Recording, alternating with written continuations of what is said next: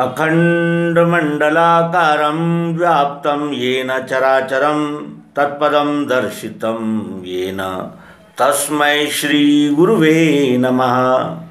अज्ञानान्धस्य लोकस्य ज्ञानाञ्जनशलाकया चक्षुरुन्मीलितं येन तस्मै श्री गुरुवे नमः। अध्यात्म विश्व विज्ञान यूट्यूब चैनल पर गीता अध्ययन मालिका में आपका हार्दिक स्वागत है। मित्रों, कहते हैं कि अर्जुन को भगवान श्री कृष्ण जी ने विश्वरूप का दर्शन कराया तो कुछ अंधश्रद्धा, अंधविश्वास, अंधानुकरण के यानी फेरे में आकर कुछ लोग ये कहते हैं कि श्री कृष्ण जी ने अपना देह बढ़ा लिया, पांव पाताल में चले गए, सर आकाश में चला गया और उसने वो रूप देखा। ये लोगों में जो प्रचलित अंधविश्वास और अंधश्रद्धा है वो निकालने के लिए भगवान श्री कृष्ण जी ने 11वें अध्याय में जो कुछ कहा है और अर्जुन ने जो कुछ उसे बोध हुआ है, जो दिखा है, जो ध्यान में आया है, जो वो समझा है, वो कह रहा है। तो आइए देखें हम कि किस तरह भगवान श्री कृष्ण जी और अर्जुन का वो संवाद है जिसमें समझाने वाला और समझने वाला दोनों संवाद कर रहे हैं। इन्होंने क्या समझाया वो और उसने क्या समझा वो दोनों कह रहे हैं। हम उनके संवाद का आनंद लें और अवलोकन करें कि विश्वरूप परमात्मा क्या होता है और उसका दर्शन कैसे होता है। हे देव के देव मुझे तुम्हारे सुदेह में सर्व ही देव प्राणी प्रजेश ब्रह्मा कमलासनस्थ सारे ऋषि सर्पसु दिखते हैं। अनंत बाहु मुख पेट आँखें सर्वत्र देखा तुमको अनंत दिखे नहीं अंत न मध्य आदि हे देव विश्वेश्वर विश्वरूप लिए गदा चक्र किरीटधारी तेजो राशि दीप्ति सर्वत्र फैली। हे देव के देव मुझे तुम्हारे सुदेह में सर्व ही देव प्राणी। हे देवों के देव, देवों के देव मुझे तुम्हारे सुदेह में, ये जो सुदेह है तुम्हारा व्यष्टि देह तो ये 3.5 हाथ का है, लेकिन ये जो तुम्हारा सुदेह है उसमें सर्व ही देव प्राणी प्रजेश ब्रह्मा कमलासनस्थ यानी ब्रह्मा विष्णु महेश सारे ऋषि सर्पसु दिखते हैं। क्या उनके शरीर में 3.5 हाथ के शरीर में ये दिख सकता है? सर्व ही देव प्राणी प्रजेश ब्रह्मा कमलासनस्थ सारे ऋषि सर्पसु दिखते हैं। लेकिन हम विश्व की ओर देखें तो सारे देव ब्रह्मा विष्णु महेश प्राणी और ऋषि सर्प सब कुछ कहाँ दिखते हैं? ये विश्व में ही दिखते हैं। उसी का वर्णन कर रहा है जो बोध उसे हुआ। अनंत बाहु मुख पेट आँखें सर्वत्र देखा तुमको अनंत दिखे नहीं अंत न मध्य आदि हे देव विश्वेश्वर विश्वरूप। अनंत बाहु कितने हाथ है तुम्हारे, मुख कितने मुख है, पेट आँखें कितने हाथ है, कितने मुख है, कितने पेट है, कितनी आँखें हैं, सर्वत्र देखा तुमको अनंत। ये अनंत मैंने तुम्हें सर्वत्र देखा। पृथ्वी जल अग्नि वायु आकाश इनसे बने हुए शब्द स्पर्श रूप रसगंध का अनुभव हमने प्रयोग में कण कण में लिया। अनंत बाहु मुख पेट आँखें सर्वत्र देखा तुमको अनंत दिखे नहीं अंत न मध्य आदि। मुझे आपका आदि मध्य और अंत कुछ भी नहीं दिख रहा है। हे देव विश्वेश्वर विश्वरूप, हे विश्वरूप विश्वेश्वर देव, मुझे तुम्हारा आदि मध्य और अंत भी नहीं दिख रहा है। लिए गदा चक्र किरीटधारी, तेजो राशि दीप्ति सर्वत्र फैली। देखा तुम्हें देखना ही अशक्य, भा सूर्य दीप्ता अग्नि सी है अनंत। ये तुम्हारे सूरज चंद्र रूपी दोनों आंखें और ये आपकी तेजो राशि सर्वत्र दीप्ति सर्वत्र फैली हुई है। और गदा चक्र शंख चक्र गदा पद्म, ये जो आभूषण है, ये क्या है? ये क्या है? ये विश्व को संचालन करने वाले 4 आयुध है। शंख चक्र गदा और पद्म। शंख क्या है? आवाहन, आह्वान देना। चक्र क्या है? नियंत्रण करना। पद्म शंख चक्र गदा क्या है? दंड देना। और पद्म क्या है? समत्व रखना। तो आत्मा तुम्हें अंतिम जानना वो, निधान स्थाई इस विश्व का वो। तुम ही आत्मा हो, अंतिम आत्मा, यानी नाम भाव में वो विश्वरूप परमात्मा का दर्शन कर रहा है। कह रहा है कि आत्मा तुम्ही अंतिम जानना हो, निधान स्थाई इस विश्व का वो। सद्धर्म के रक्षक हो अनाशी। क्या श्री कृष्ण जी अनाशी थे? सद्धर्म के रक्षक हो अनाशी, ये किसके लिए कहा गया है? ये विश्वरूप परमात्मा जो अविनाशी है, अनाशी है। सदैव जो वो नर आप ही है, वो नर आप ही है, क्योंकि आप उस भूमिका में बैठकर कार्य कर रहे हैं, इसलिए आप अवतार हैं। किसके? विश्वरूप परमात्मा के। परिचय विश्वरूप परमात्मा का प्रत्यक्ष प्रयोग के द्वारा इस श्रीमद् भगवद गीता के 11वें अध्याय में करा दिया गया है। और साथ ही ये भी कहा गया है कि न वेदों से न दान से मुझे देखना अशक्य है। अर्जुन, मुझे क्यों कैसे देखा जाता है? एक ही देह में मेरे स्थित है देख पार्थ तू, चराचर जगत सारा और भी जो चाहो वही। आंखों से बाहरी तेरे देख सकता नहीं मुझे, देता हूँ दिव्य चक्षु में योग ऐश्वर्य देखिए। ये दिव्य चक्षु अर्थात सर्वांग योग युक्ति है, जिससे विश्वरूप परमात्मा को देखा जाना और जिसमें समर्पण होता है, ऐसा ये बोध, इसे दिव्य चक्षु कहते हैं। वो भगवान श्री कृष्ण जी ने अर्जुन को दिए। देता हूँ दिव्य चक्षु, ये देता हूँ दिव्य चक्षु में योग ऐश्वर्य देखिए। ये क्षर अक्षर साकार निराकार का योग नाम पुरुषोत्तम ये वैभव देख ले, ऐश्वर्य दे। इस प्रकार तो कह दिया था।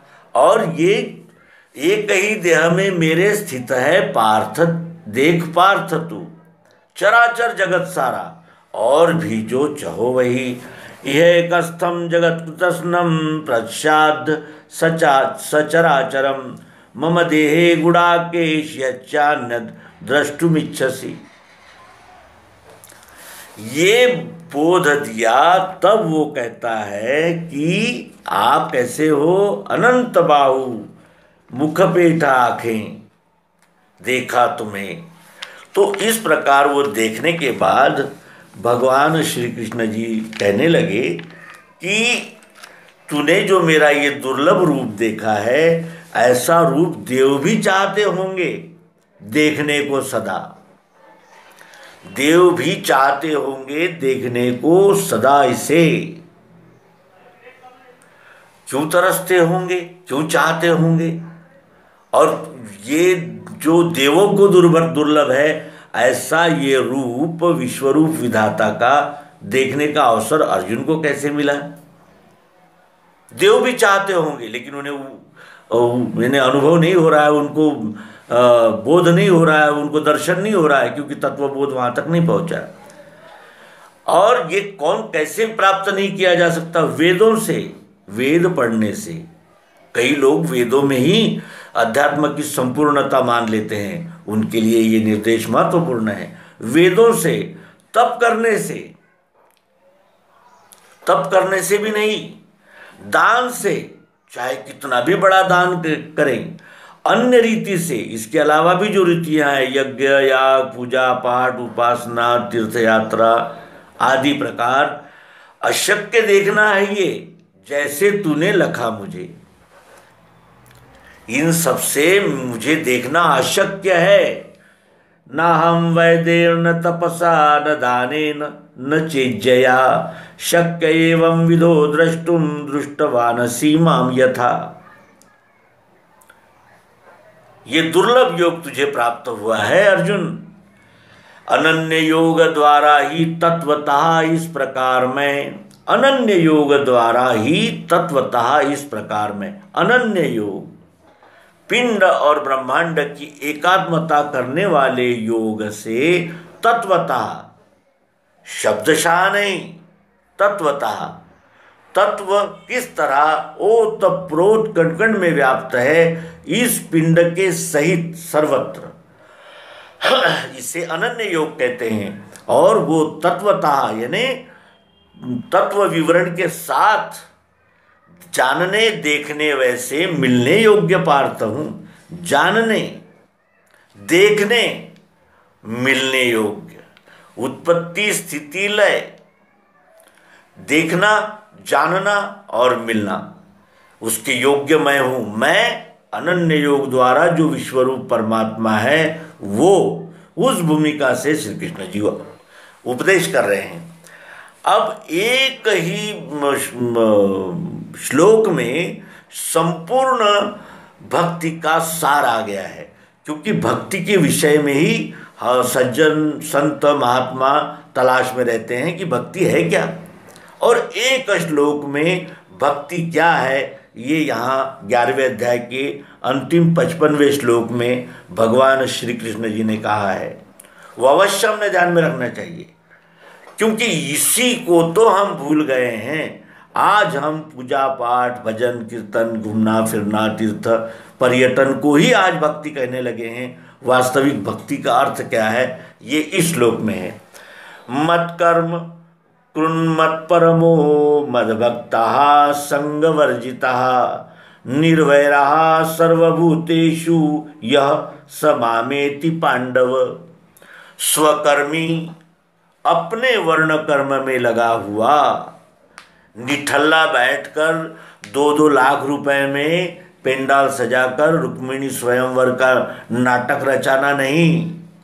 स्वकर्मी, जो भी तुम्हारा स्वकर्म है, वो स्वकर्म करते हुए मुझ में निष्ठा, ये विश्व ही परमात्मा है, इसमें निष्ठा, मुझ में निष्ठा। भक्त मेरा, भक्त किसे कहते हैं? सेवा को भक्ति कहते हैं। असंग, जो असंग है, क्योंकि ये जीवन में सब मेले के साथ जब चलना है तो मेले के नियम कानून मानते हुए, उनके संग रहते हुए ही चलना है। लेकिन असंग है, आसक्ति उनमें वो यानी ऑक्युपाई नहीं हो गया है, उनमें बंध नहीं गया है, वो असंग है। असंग है तभी तो मुझ में निष्ठा, भक्त मेरा, ये जो गुण हैं ये असंग को ही मिलते हैं। संग के साथ साथ बहते जाने वाले को कभी प्राप्त नहीं होते। निर्वैर सब भूतों से, गया द्वैत, निर्वैर सब भूतों से। जैसे मैं अपने हाथ से बैर नहीं करता, उसी तरह जैसा इस पिंड में है वैसा ही कण कण में है। मैं ही संपूर्ण विश्व में ओतप्रोत व्याप्त हूँ, विश्व में मैं हूँ और मुझ में ही सब विश्व है। मुझ में विश्व है का क्या आशय है? अग्नि है, प्रकाश को अग्नि कहते हैं, तो आंखें हैं और रूप दिखता है। तो ये अग्नि यहाँ है, मैं कहाँ हूँ? यहाँ आकाश है, यहाँ पृथ्वी है, यहाँ जल है, यहाँ वायु है, मैं कहाँ हूँ? यहाँ मन है तो वहाँ रजोगुण है, यहाँ बुद्धि है तो वहाँ सत्वगुण है, और यहाँ अहंकार है, मैंपन है, जीव बुद्धि है, जड़ बुद्धि है, देह बुद्धि है तो वहाँ तमोगुण है। और वही तीन सत्वगुण, रजोगुण, तमोगुण हमारे शरीर में कफ, वात, पित्त बनकर धड़क रहे हैं। मैं कहाँ हूँ? मैं इसी में हूँ, लेकिन यही इतना ही मैं नहीं हूँ। मेरा अक्षर भाव जो है वो प्रियत्व सर्व ओर व्याप्त रहने से फिर जिसे ये बोध हो जाता है वो निर्वैर सब भूतों से निर्वैर पार्थ वो मुझ में मिले।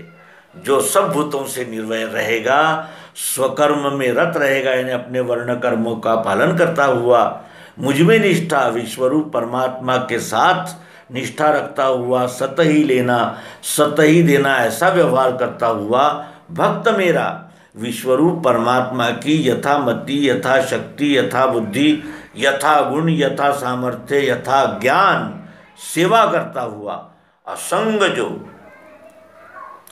है वो निर्वैर सब भूतों से। जो असंग रहेगा वही तो निर्वैर रहेगा सभी भूतों से। और असंग रहने का अर्थ कहीं दूसरी जगह जाकर रहना नहीं है। असंग का अर्थ है इस सत्य को जानकर कि हमारा परम लक्ष्य है विश्वरूप विधाता को जानकर उसमें ही लय को प्राप्त करना, उस लक्ष्य के प्रति जागृत रहते हुए निर्वैर सब भूतों से पार्थ वो मुझ में मिला। तो मित्रों, हम भी चल रहे हैं, निराश होने का कोई कारण है नहीं। क्यों? क्योंकि कल ही हमने 6वें अध्याय में देखा था, भगवान श्री कृष्ण जी कहते हैं कि कल्याण इच्छा बसी जिसमें दुर्गति क्यों मिले उसे। हाँ, ये हो सकता है कि सब हम अलग अलग कक्षाओं में हैं और मंजिल सबकी एक है, एक दूसरे की मदद सहायता करते हुए हम इस मेले से भी पार हो जाएंगे और आगामी जन्म जो है वो जहाँ से हमारी सफ़र जहाँ रुक गई थी उसके आगे करने के लिए। क्यों? क्योंकि ये भी भगवान श्री कृष्ण जी कहते हैं बहुना जन्मना मन्ते ज्ञानवान माम प्रपद्यते वासुदेवा सर्वमिति समात्मा सुदुर्लभा। बहुना जन्मना मन्ते, अनेक जन्मों के बाद, बहुना जन्मना मन्ते ज्ञानवान माम प्रपद्यते, ज्ञानवान बनता है। और उसके बाद अनंत जन्म लेने के बाद वासुदेवा सर्वमिति, वासुदेवा ये सारा जो कुछ दिख रहा है ये वासुदेव ही है, ऐसा महात्मा क्वचित कहीं। मंजिल दूर है, हम सब साथी हैं, सहयोगी है, और सबसे बड़ी बात है इस नरजन्म का सार्थक करने की प्रबल इच्छा। धन्यवाद। नर्मदे।